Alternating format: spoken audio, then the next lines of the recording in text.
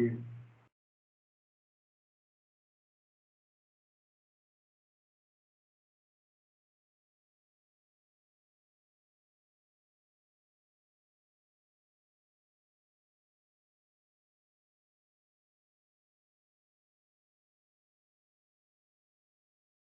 El espíritu de las emociones. Las emociones es algo que todos tenemos, que todos sentimos, pero que no podemos controlar.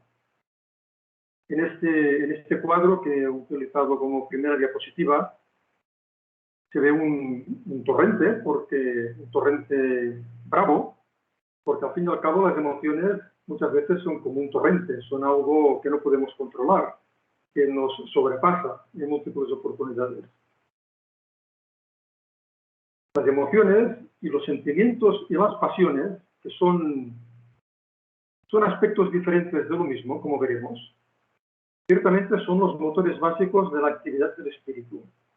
Sin emociones, sentimientos y pasiones, realmente no se concibiría la evolución del espíritu. Vamos a definir, porque veremos algunos aspectos curiosos en cuanto a las definiciones de estos tres aspectos. Empezaremos por el sentimiento, porque sentimientos, emociones y pasiones, para muchos autores, para muchos psicólogos, no todos, pero sí varias escuelas, piensan que son lo mismo con diferentes grados de intensidad. El grado de intensidad más bajo son los sentimientos, que es un estado afectivo del ánimo. Las emociones, y es un paso más adelante, son alteraciones del ánimo intensas y pasajeras, agradables o penosas, que van acompañadas de cierta conmoción somática. Es decir, el cuerpo se entera perfectamente cuando nosotros como espíritus tenemos alguna emoción intensa, aunque sea pasajera. Y las pasiones ya son el punto máximo porque es una perturbación o afecto desordenado del ánimo. Fijémonos que en todas las definiciones se habla del ánimo. Todo afecta al ánimo. El sentimiento, la emoción, la pasión, todo afecta al ánimo. Entonces valdrá la pena que veamos qué es el ánimo. Yo creo que todos tenemos bastante claro que ánimo es actitud, disposición, temple, valor, energía, esfuerzo. Muchas veces utilizamos esta expresión.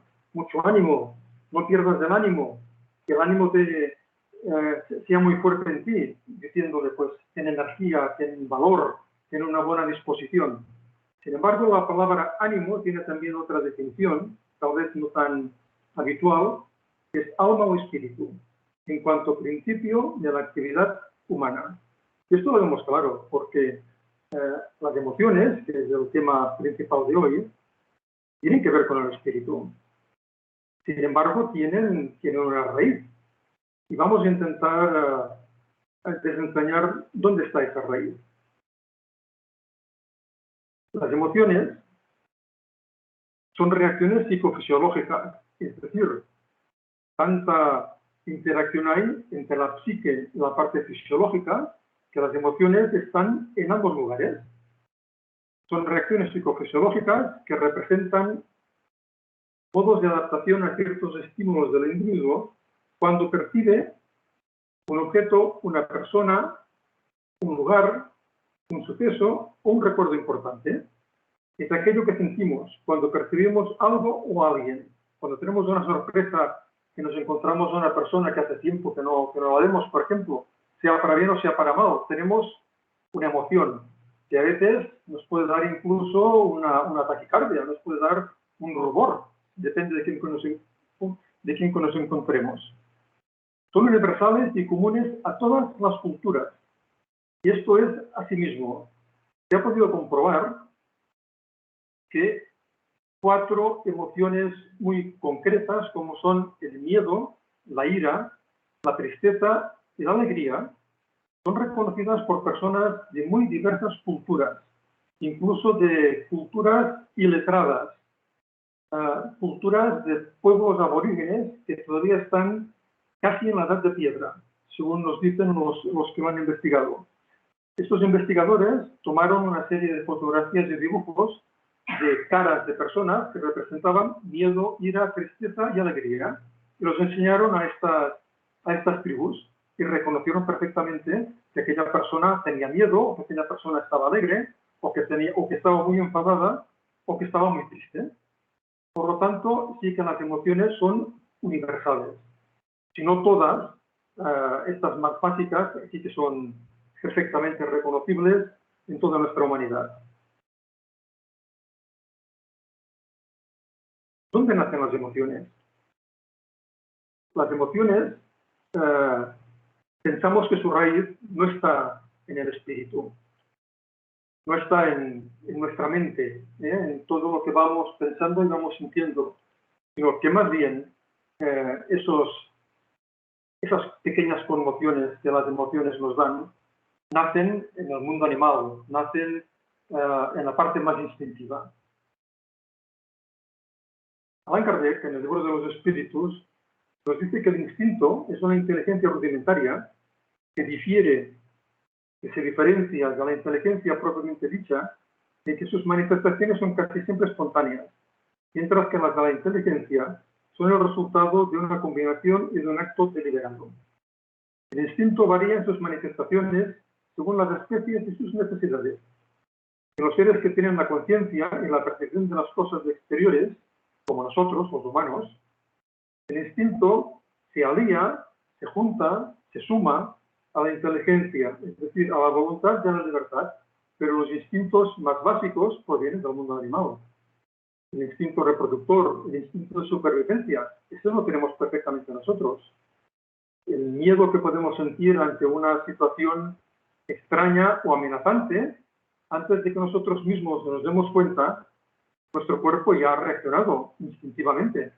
Nuestro cuerpo como animal ya ha reaccionado. Estará alerta, habrá una descarga de adrenalina para preparar los músculos para la acción, por si hay que salir corriendo, por ejemplo, o si hay que atacar o hay que hacer alguna cosa. Es decir, que el cuerpo reacciona ya directamente. Sin embargo, como espíritus, podemos modular esa parte instintiva y aunque veamos un peligro, podemos decidir no movernos. Podemos decidir afrontar ese peligro a pesar de que nuestro cuerpo esté preparado para la acción. Como digo, para salir corriendo si hace falta, ante una determinada situación que nos amenaza a la integridad física. Pero ahí nuestro espíritu domina, evidentemente. Aunque el cuerpo tenga esa reacción, el espíritu decide. El instinto a los animales les es de una utilidad enorme. Si no fuera por el instinto, no podrían realmente vivir. Lo que sí nos sorprende en cuanto al mundo animal, y aunque no sea el tema de hoy, sí que me gustaría matizarlo aunque sea un momento, es el sufrimiento que padecen los animales. Un sufrimiento que a todas luces sería injusto si ese sufrimiento no sirviera para alguna cosa. ¿Para qué les sirve? ¿Para qué les sirve a estos animales que muchas veces nos han acompañado, nos acompañan, nos ayudan, nos sirven en condiciones, en oportunidades muy duras? Probablemente les sirven estas circunstancias duras a los animales para adquirir unas características imprescindibles para cuando den el salto, cuando esos espíritus animales den el salto a espíritu humano, van a necesitar unas características imprescindibles, como es el aprendizaje y la automatización de los procesos biológicos. Nosotros no pensamos que estamos respirando.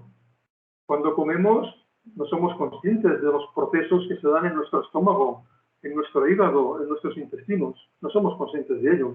Esto se ha elaborado a través de miles de encarnaciones en los mundos inferiores de la naturaleza. Y en el periodo animal se consolidan también estos automatismos. Evidentemente, la consolidación, la aparición y consolidación de los instintos y la aparición y cristalización de los sentimientos y de las emociones, porque los animales tienen sentimientos y tienen emociones también. Seguramente no sabrán, iba a decir que no sabrán expresarlos como nosotros, pero muchas veces los expresan mejor que nosotros. Cuando tienen miedo, cuando están sorprendidos, cuando tienen una alegría o una sorpresa, no pueden disimularlo. Nosotros sí que podemos disimular. Aunque a veces, como decía antes, si nos ruborizamos, si nos ponemos rojos de vergüenza, eso no hay que lo disimule. Pero hay otros muchos aspectos, como el miedo, a pesar de que estemos casi con taquicardia ante una situación dura y difícil, podemos disimular. El animal no disimula. Ahí ha aprendido estas características que después, como humanos, nos van a ser de gran utilidad. En el periodo humano se van consolidando en nuestro espíritu. Las emociones y los instintos también tienen su parte en nuestro espíritu. Los instintos son básicamente del cuerpo, pero veremos que una parte de esa conducta instintiva también se traslada a nuestro espíritu, aunque posiblemente lo denominamos con otros nombres. Instinto. ¿Qué es el instinto? Es el conjunto de pautas de reacción que los animales contribuyen a la conservación de la vida del individuo y de la especie. Por ejemplo, el instinto reproductor. También es un móvil atribuido a un acto, a un sentimiento, que obedece a una razón profunda sin que se percate de ello que no analiza o siente. Por instinto podemos hacer muchas cosas. Por instinto podemos pensar, esta persona no me gusta, no sé por qué. No entiendo por qué, pero mi instinto me está diciendo que no es buena, que no va a ser buena para mí. No va a ser bueno para mí el contacto con esta persona. Yo creo que esto nos ha pasado muchas veces a nosotros mismos. Esto es también la facultad que permite valorar o apreciar ciertas cosas. Podemos decir, como por ejemplo, de la autora del primer cuadro, tiene instinto pictórico. Pero ese instinto pictórico no es del cuerpo, es del alma. Del alma. Seguro que estos artistas tienen ya otras encarnaciones a sus espaldas, en las cuales también han estado vinculados al arte. Ya tienen ese instinto para saber si una cosa está bien dibujada o no, si una perspectiva es correcta o no, si vale la pena, qué sé yo, esa música que nos están diciendo o si no vale nada.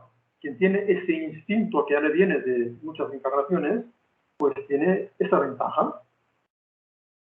Ese instinto que ya forma parte del alma, yo creo que podemos identificarlo más bien como intuición. Una intuición propia. La intuición es una palabra difícil. Es una palabra difícil porque igual podemos referirnos a ella como aspectos que salen de nosotros hacia afuera, como otros aspectos que vienen desde fuera hacia nosotros. Vamos a verlo. Todas las definiciones que estoy utilizando siempre son de la Real Academia Española de la Lengua, porque yo creo que cuando hay que definir algo hay que ir a una buena fuente. La Real Academia es una de las mejores fuentes para definir las palabras que utilizamos. La intuición es la facultad de comprender las cosas instantáneamente, sin necesidad de razonamiento. ¿Lo entendemos? Porque sí, no sabemos por qué, pero lo comprendemos. Y esto ciertamente viene de nosotros mismos, seguramente, y está ahí perfectamente consolidado de nuestro pasado, de nuestras experiencias anteriores, que están en estado latente, pero que en un momento determinado pueden aflorar esa comprensión instantánea que a veces tenemos. También coloquialmente se llama así a los presentimientos. Todos hemos tenido algún presentimiento, muchas veces no se cumplen, pero a veces sí que tenemos algún presentimiento de algo que va a pasar. Es un razonamiento casi instantáneo que intuitivamente hemos comprendido que aquello va a ocurrir.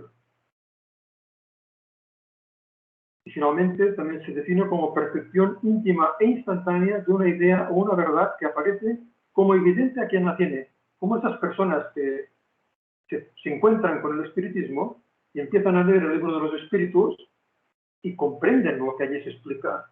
Saben que eso ya lo conocen de otras vidas, no han podido razonarlo en esta encarnación. Si les hablas de la reencarnación, por ejemplo, la aceptan con toda naturalidad, porque es algo que ya intuitivamente, instintivamente, saben que es verdad, saben que es cierto. Pero la intuición también puede venir de fuera. Los espíritus nos instruyen también sus opiniones, sus pensamientos, sus ideas, buenas o malas, dependiendo de nosotros mismos. Si tenemos un talante positivo, pues será más fácil que espíritus positivos se acerquen a nosotros y nos obsequien, nos ayuden con sus pensamientos y con sus opiniones. Si nosotros somos los malvados, pues se van a acercar a nosotros espíritus del mismo tenor, de la misma categoría. Por eso la palabra intuición a veces es complicada, porque Kardec también nos habla, en el libro de los mediums intuitivos, de aquellos que captan la idea, solamente captan la idea que el espíritu les transmite y después la visten, la traducen con sus propios conocimientos, con sus propias palabras, con su propia manera de expresarse. Pero es una intuición que les viene de fuera, no les nace de dentro. Muchas veces no tiene ninguna importancia saber si la intuición es propia o es ajena. Da lo mismo. Si es buena y es útil, bienvenida sea. Si es mala y nos va a perjudicar, hay que espabilar y quitársela de encima, en expulsar ese pensamiento, en no hacerle caso. Pero todo depende de nosotros. Por eso, en esta segunda acepción, sí que vale la pena saber de dónde viene, claro. Si viene de nosotros, hay que preocuparse y hay que ponerse a trabajar para sacar de nosotros mismos pensamientos negativos. Si vienen de fuera, también hay que preocuparse, porque si son pensamientos que no nos favorecen y no nos ayudan y no estamos conformes con ellos, pues hemos de quitárnoslos, hemos de expulsarlos, como decía antes. No podemos permitir que se fijen en nuestra mente porque nos van a perturbar. Pero como digo, muchas veces no tiene ninguna importancia saber si es algo que nos intuyen o viene de nosotros mismos. Mientras sepamos utilizarlo correctamente, eso es lo realmente interesante e importante. Hace algunos años, no muchos, sobre 1990, hubo algunos autores norteamericanos que empezaron a hablar de la inteligencia emocional. En aquel momento, y ahora también, se daba mucho crédito a lo que se denomina como coeficiente o cociente intelectual.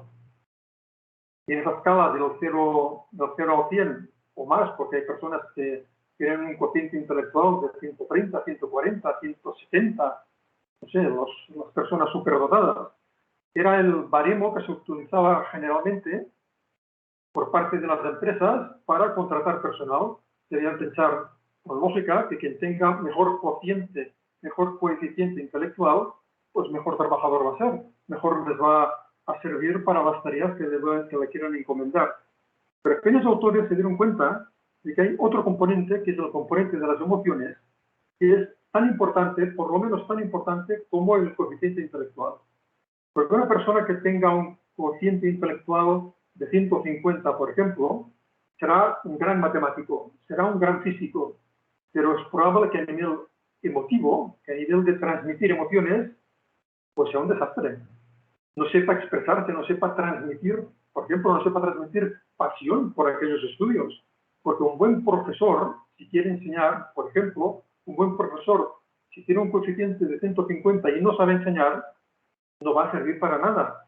Pero uno que tenga un coeficiente intelectual muchísimo más bajo, pero que tenga pasión por lo que enseña y que sepa transmitir a sus alumnos, va a tener muchísimo más éxito.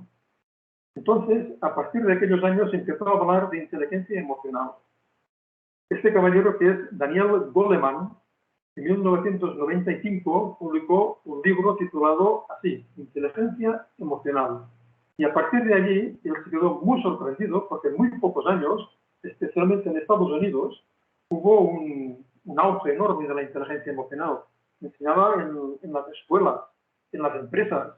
Cuando se contrataba personal, ya no únicamente se fijaban en el coeficiente intelectual, sino que valoraban mucho la inteligencia emocional para constituir equipos. Un equipo homogéneo, bien cohesionado, que trabaje de una manera adecuada, ha de tener un contacto emocional adecuado.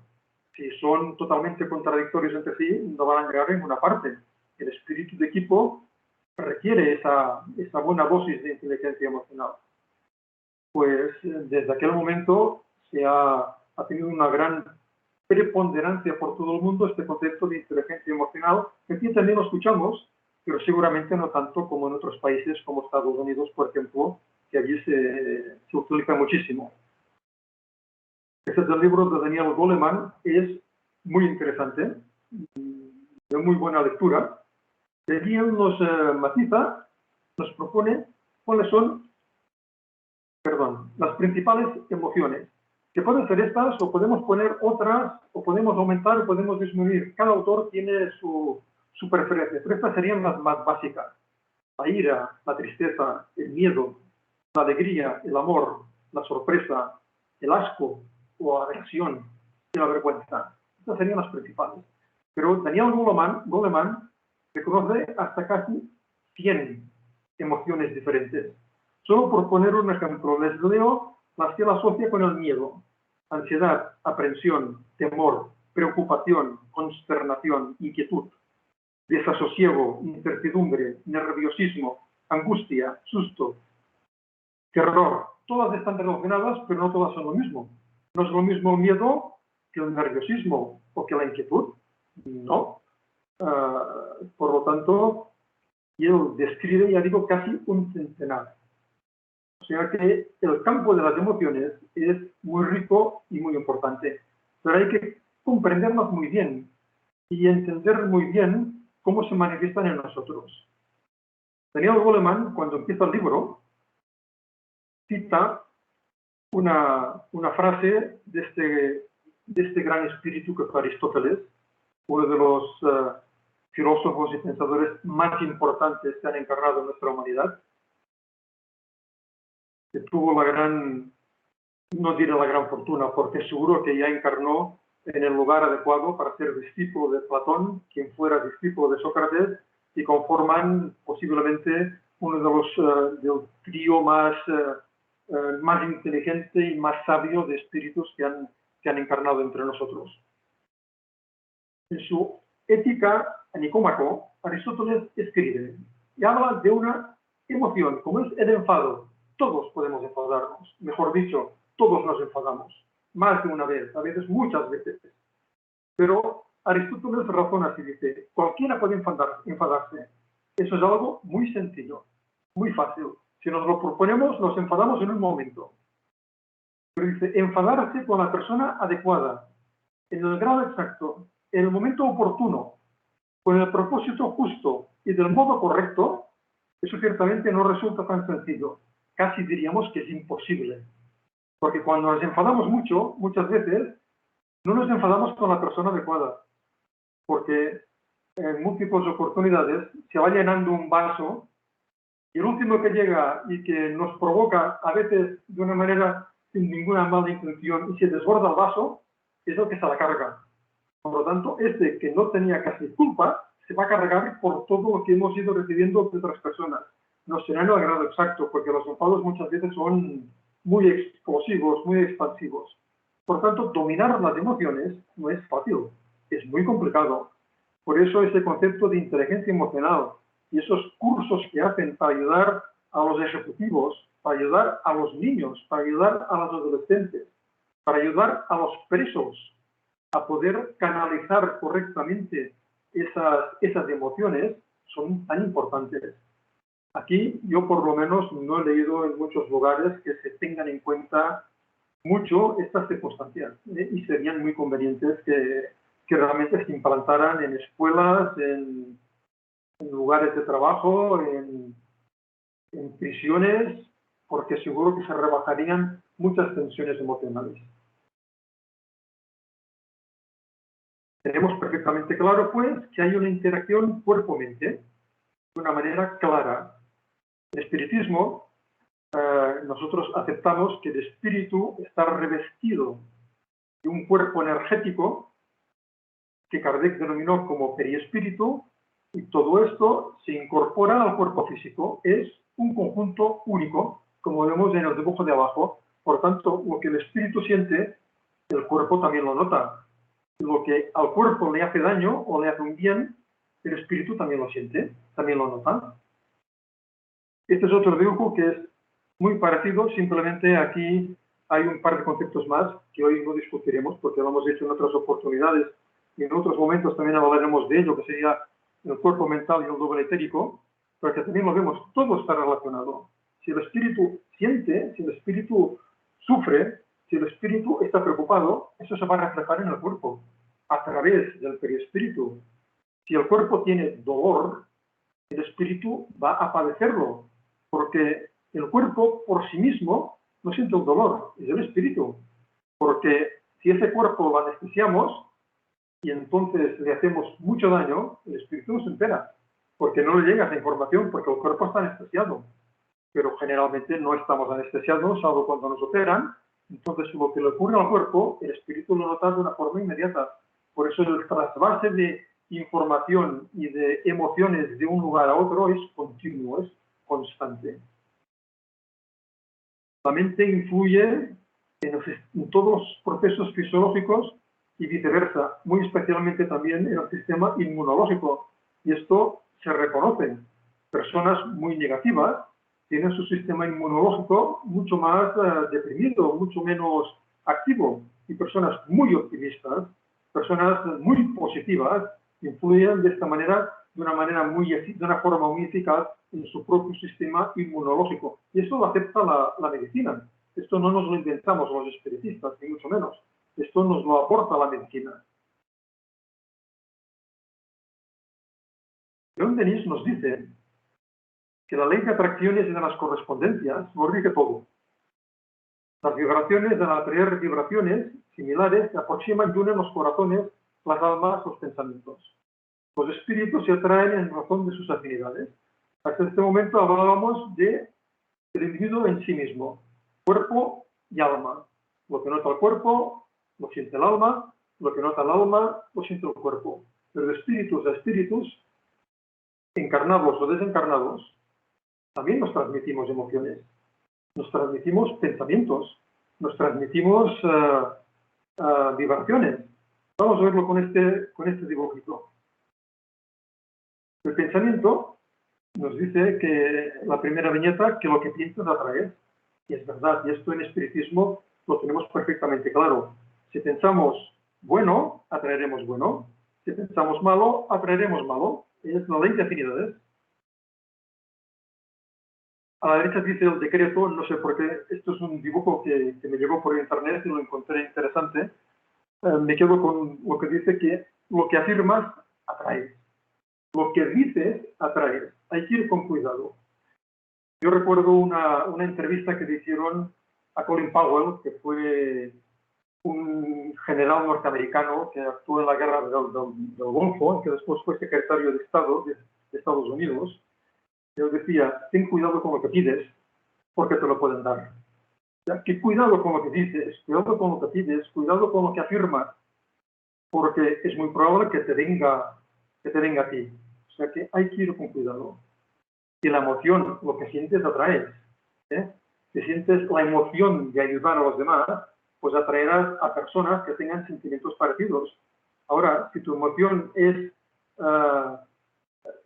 solamente te sirve para sentirte bien cuando haces daño a los demás, pues también atraerás a personas que tendrán sentimientos parecidos. Y finalmente, con este ejemplo tan clásico del imán, lo que vibras atrae, que se corresponde con la primera viñeta. Lo que piensas atraes, lo que afirmas atraes, lo que sientes atraes. Siempre atraemos y siempre damos a los demás. Aunque no nos demos cuenta, aunque no queramos, aunque no lo pretendamos, da igual. Es como la reencarnación. Hay personas y espíritus que no creen en la reencarnación. Bueno, reencarnarán igual. Aunque no crean, aunque no la quieran, reencarnarán igual. Pues en esto es lo mismo. Atraemos, queramos o no queramos, seamos conscientes o no seamos conscientes de ello. Y vamos a ver qué nos dice Kardec. Porque siempre hay que estar atentos a lo que Kardec expresa, porque Kardec es un espíritu extremadamente instruido, extremadamente inteligente, con un componente moral también muy importante, y por lo tanto sus opiniones siempre son dignas de ser tenidas en cuenta. Hay un artículo en la revista Espírita de marzo de 1869, es decir, que fue prácticamente de los últimos artículos que escribió Allan Kardec, porque él falleció el 31 de marzo de 1869 precisamente, y en este artículo que él tituló La carne es débil, y subtituló como Estudio psicológico y moral, iba ya por este contexto de las emociones. Hay tendencias viciosas, dice Kardec, que evidentemente son inherentes al espíritu. Y quien dice tendencias viciosas podemos decir, hay tendencias, no hace falta que sean viciosas, hay tendencias que evidentemente son inherentes al espíritu porque se relacionan más con lo moral que con lo físico.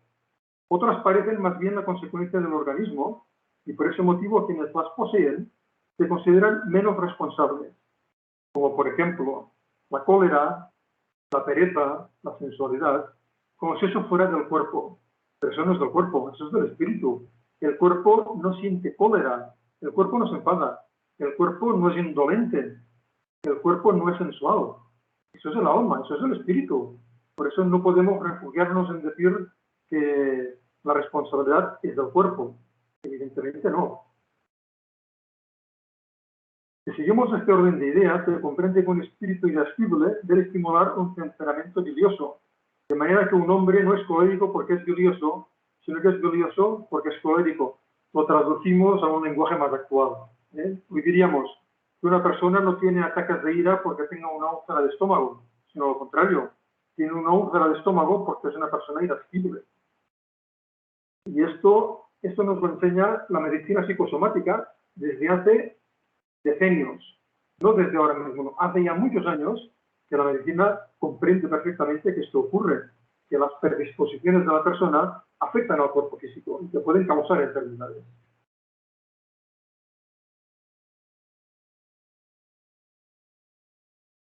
La acción del espíritu sobre el físico es tan evidente que vemos a menudo graves desórdenes orgánicos producidos por efecto de violentas conmociones morales. Y esto es asimismo. Muchas personas tienen una serie de situaciones como, por ejemplo, nos dice que Kardec, grandes dolores, grandes alegrías o grandes sustos, cuya reacción puede llegar a causar la muerte. Un susto muy grande o un terror muy grande nos puede dar una taquicardia, nos puede crear una situación muy angustiante y si tenemos alguna afección cardíaca igual puede llegar a causarnos la muerte. Por lo tanto, ciertamente estas grandes emociones afectan muchísimo a nuestro cuerpo. Y esto Kardec lo escribía en 1869, es decir, no en 1990, como esos científicos norteamericanos. No, es mucho más antiguo. Kardec ya se dio cuenta de que esas emociones tienen una gran incidencia sobre el cuerpo.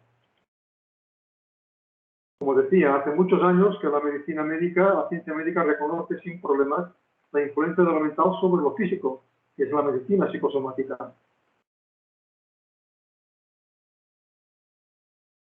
Se ven gente que mueren de miedo a morir. ¿Qué relación existe, pues, entre el cuerpo del individuo y el objeto que causa su espanto? Objeto que con frecuencia no tiene realidad alguna. Y esto lo vemos. Ha habido personas dentro del arte que esto lo han sabido hacer de una manera genial. Por ejemplo, Alfred Hitchcock, que posiblemente los más jóvenes que nos puedan escuchar no sabrán casi ni quién es, pero Alfred Hitchcock era un cineasta especialista en películas de terror y que no enseñaba lo que iba a causar el terror, simplemente muchas veces lo insinuaba. Pero era suficiente, nos dábamos cuenta perfectamente cuando él enseñaba algo en su película, ya sabíamos que iba a pasar aquello. Y aquello ya te ponía en guardia, ya daba miedo. Es decir, era un genio. Cuando Orson Welles, que mencionábamos hace 15 días también en otra conferencia, cuando Orson Welles, a principios del siglo XX, en un programa de radio que se ha hecho famoso, pues él recreó un libro titulado La Guerra de los Mundos, escrito por H.G. Wells, donde se narraba la invasión por parte de alienígenas de nuestro mundo. Él lo recreó de tal manera que aquellos que se unían a aquel programa de radio después que había empezado, no sabían que era una ficción y se asustaron muchísimo. Y estuvieron convencidas muchas personas que en Nueva York se estaba produciendo una invasión alienígena. No es como ahora, que agarramos el móvil y nos damos cuenta si nos engañan o no. Pero en aquel momento no había todo esto.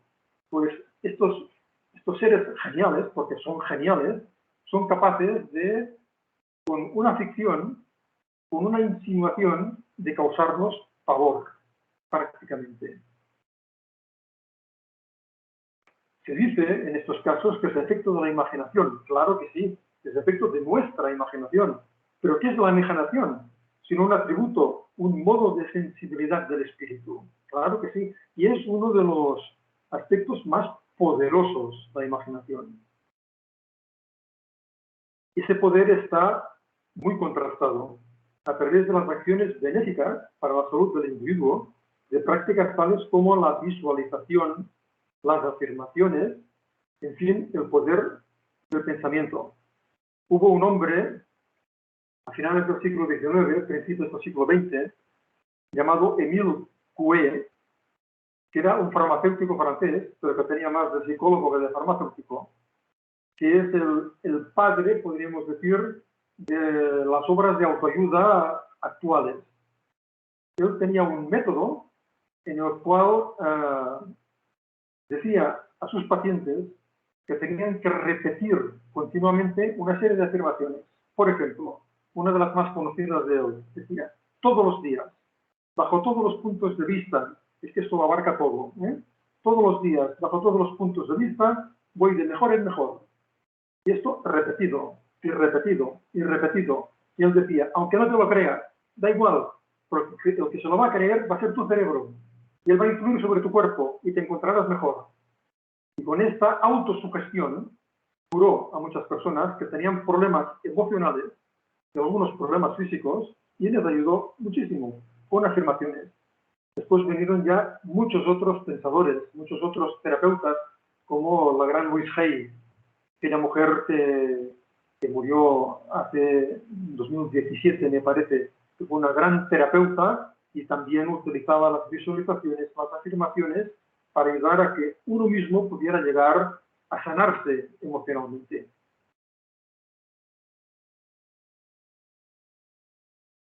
Excusarse de las malas acciones, aduciendo la debilidad de la carne, no es más que un pretexto para eludir la responsabilidad. La carne es débil porque el espíritu es débil.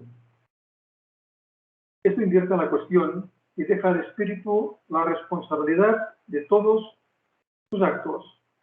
La carne no piensa ni tiene voluntad y no prevalece sobre el espíritu, que es el ser pensante en estado de voluntad. El propio espíritu confiere al cuerpo las cualidades correspondientes a sus instintos, así como el artista imprime a su obra material el sello de su genio. Nunca podríamos argumentar que cualquier cosa que nosotros hagamos mal, la culpa es de nuestro cuerpo. No es que estaba enfermo, o es que tenía fiebre, o es que mi cuerpo pues no es bueno, no me sirve. Estos son, es huir, es engañarnos a nosotros mismos. Los responsables siempre somos los espíritus. Las emociones y los sentimientos influyen sobre el cuerpo, como vemos. ¿Podemos modificar las emociones y los sentimientos para que esa influencia sea benéfica? Ciertamente que podemos, con esfuerzo, con autoconocimiento, trabajándonos a nosotros mismos, por ejemplo, con estas técnicas de inteligencia emocional. Seguro que sí, eso sirve para canalizar correctamente las emociones, para comprender que los ataques de ira no son buenos para nadie, especialmente para nosotros mismos. Si aprendemos a canalizar de una manera adecuada esas circunstancias, eso va a ser bueno para nosotros y para los demás.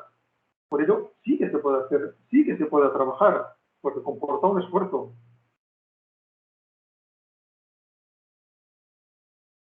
Por consiguiente, la responsabilidad moral de los actos de la vida queda intacta.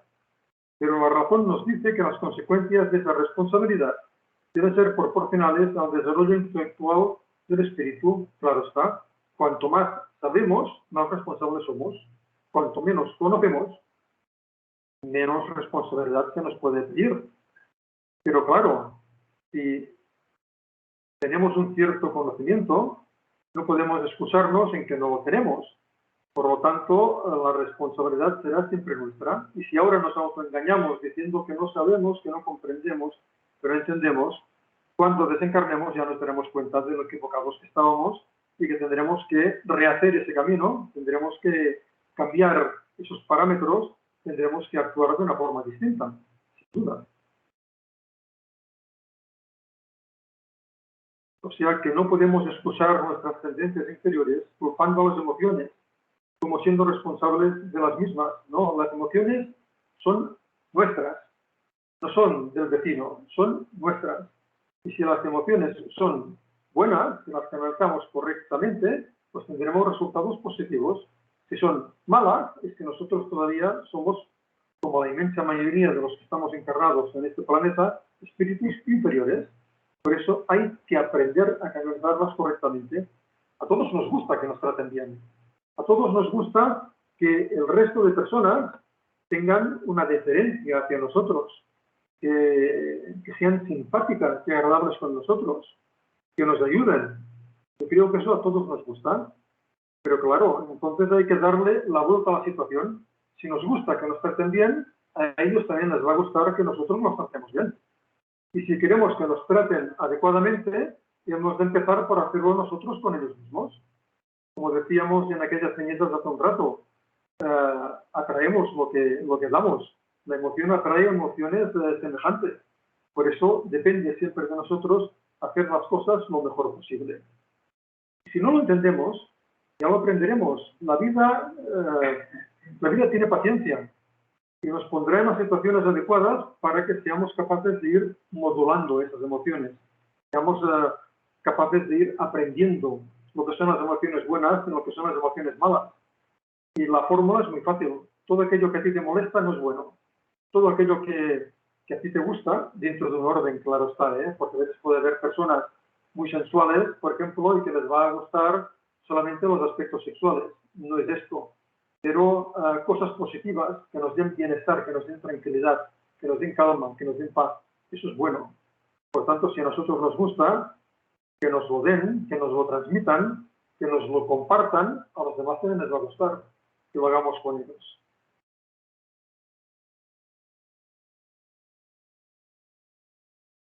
Esta ley de las atracciones, explica el fracaso de la medicina en ciertos casos, porque el temperamento, las emociones, son un efecto y no una causa, son un efecto del nivel evolutivo del espíritu. Todos los esfuerzos para modificar el temperamento son inevitablemente anulados por las disposiciones morales del espíritu, que opone una resistencia inconsciente y neutraliza la acción terapéutica. Es que se puede actuar sobre la causa primordial, que es lo que hacen esos técnicos, esos especialistas en inteligencia emocional. Eso demuestra una vez más que el arte de curar necesita tomar en cuenta la acción del elemento espiritual sobre el organismo. E insisto, esto está escrito en 1869. O sea, Kardec era un hombre ciertamente adelantado a su tiempo. Mencionábamos antes a Sócrates. Sócrates seguramente es ese personaje ejemplar que casi todos ponemos como figura a imitar. Aunque quede muy lejos de nosotros la sabiduría, la capacidad emocional y la capacidad intelectual y moral de aquel gran espíritu. En el libro de los espíritus, Kardec pregunta a sus colaboradores espirituales: ¿cuál es el medio práctico más eficaz para mejorar en esta vida y resistir a la incitación del mal? Y la respuesta es del libro. Un sabio de la antigüedad, es decir, Sócrates, pues lo ha dicho: conócete a ti mismo. O sea, a medida que nos vamos reconociendo mejor nuestros defectos y nuestras pequeñas virtudes, seguro que seremos más capaces de ir resistiéndonos a los aspectos más negativos de nuestro carácter. Sabremos trabajarlos de una forma más positiva. Sabremos salir adelante de una manera más eficaz, más adecuada. Esta pregunta, la respuesta continúa, es una comunicación del espíritu Agustín de Hipona. Me resisto a llamarle San Agustín, como a llamar San Luis. Que sean santos no quiere decir nada. Esto se lo ha adjudicado a alguien porque creen que han logrado milagros en su nombre. Pero Agustín de Hipona o Luis, ese rey de Francia que también se comunicaba, que también era uno de los espíritus colaboradores principales de Kardec, no son importantes porque estén en el santoral. Son importantes por su categoría moral, no por otra cosa. Por lo tanto, Agustín de Hipona, a quien se atribuye, quien firma esta comunicación que acompaña a esta frase, decía, lo que yo hacía cada día cuando terminaba mi jornada era recogerme en mí mismo y examinar todo lo que había hecho durante aquel día. Lo que me gustaba, lo que encontraba correcto, pues era bienvenido.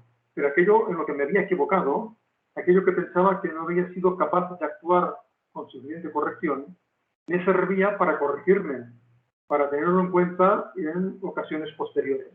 Esto es lo que hay que hacer, ir examinándonos. Todos podemos tener a lo largo de nuestra vida reacciones inesperadas, absolutamente inesperadas, y que después, repensándolas, llegamos a la conclusión de no entender cómo hemos sido capaces de tener una reacción tan negativa hacia fulanito o hacia menganita. Todo tiene un motivo, siempre, todo tiene una razón de ser. Y si examinamos estas circunstancias que se nos pueden dar a todos, seguro que aprenderemos mucho. Y seguro que por lo menos nos ayudará a que en otras oportunidades en que se puedan presentar circunstancias de este tipo, pues seamos capaces de reaccionar más adecuadamente, de ir modulando esas expresiones a veces violentas que todos podemos tener en alguna situación. León Denis, aquel gran filósofo y continuador de la trayectoria de Kardec, de la trayectoria divulgativa de Kardec, tiene un texto muy interesante en su obra Después de la muerte, en la cual nos habla de la higiene del alma.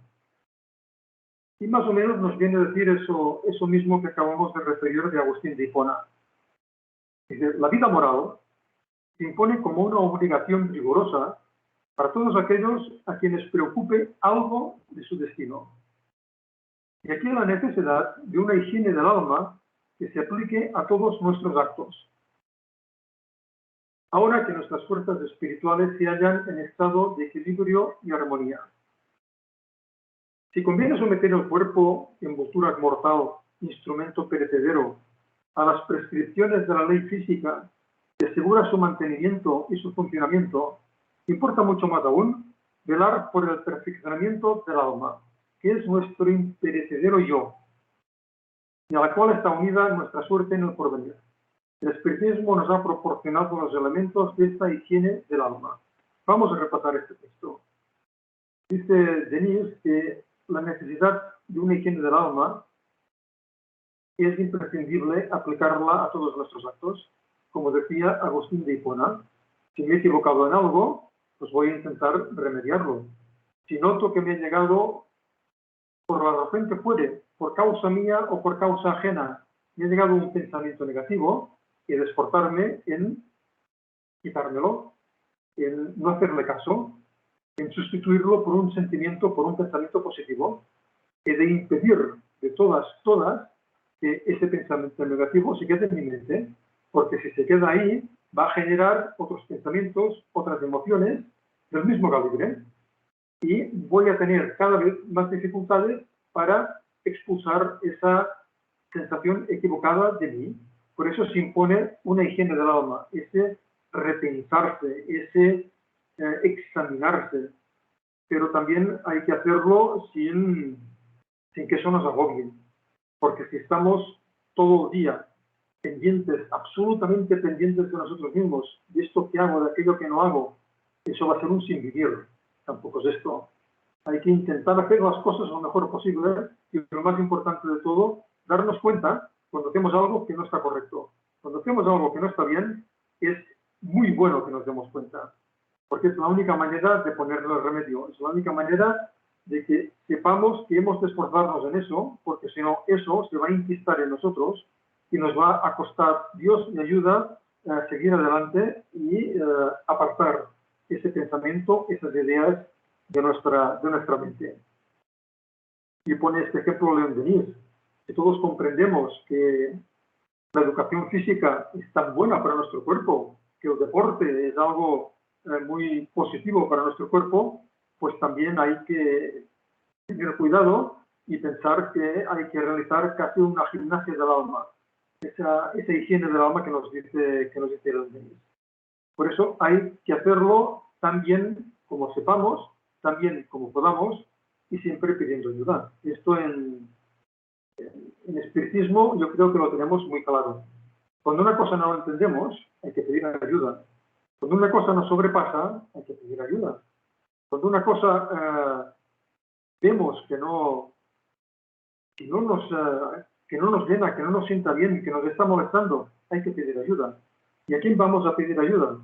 Muchas veces podemos hacerlo a personas correctas que todos podemos tener a nuestro alrededor, porque siempre hay buenos ejemplos a nuestro alrededor. No podemos tener la fantasía de que nunca en nuestra vida hemos tenido un buen ejemplo, por eso somos tan malos. Eso no es verdad. Siempre hay buenos ejemplos que la vida nos ofrece. Siempre encontramos personas en nuestra trayectoria que son personas correctas, que nos pueden ayudar. Y si no, siempre podemos recurrir a nuestro espíritu protector, pedirle ayuda, pedirle que nos aconseje correctamente, pedirle que nos oriente.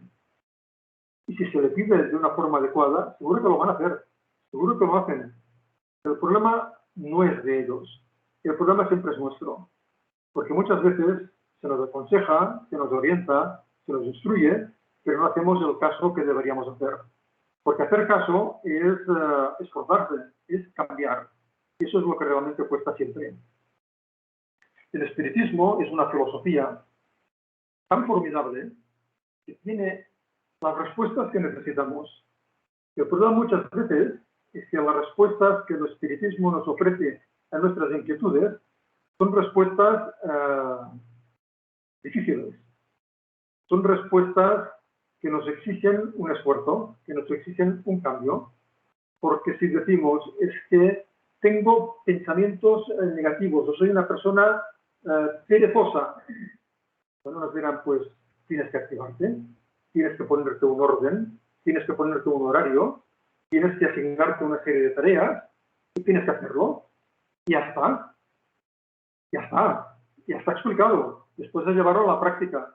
Y eso es lo que nos cuesta. Es más fácil decir, bueno, es igual, no, tampoco es tan malo, tampoco es tan problemático hacer o no hacer.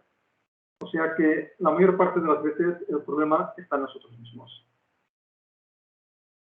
Y bien, terminamos esta exposición de hoy.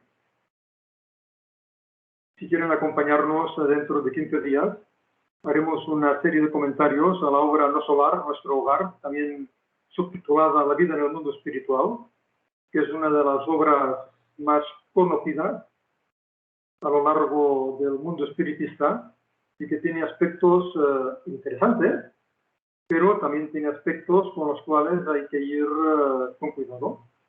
Por eso dedicaremos ese tiempo a hablar sobre este libro.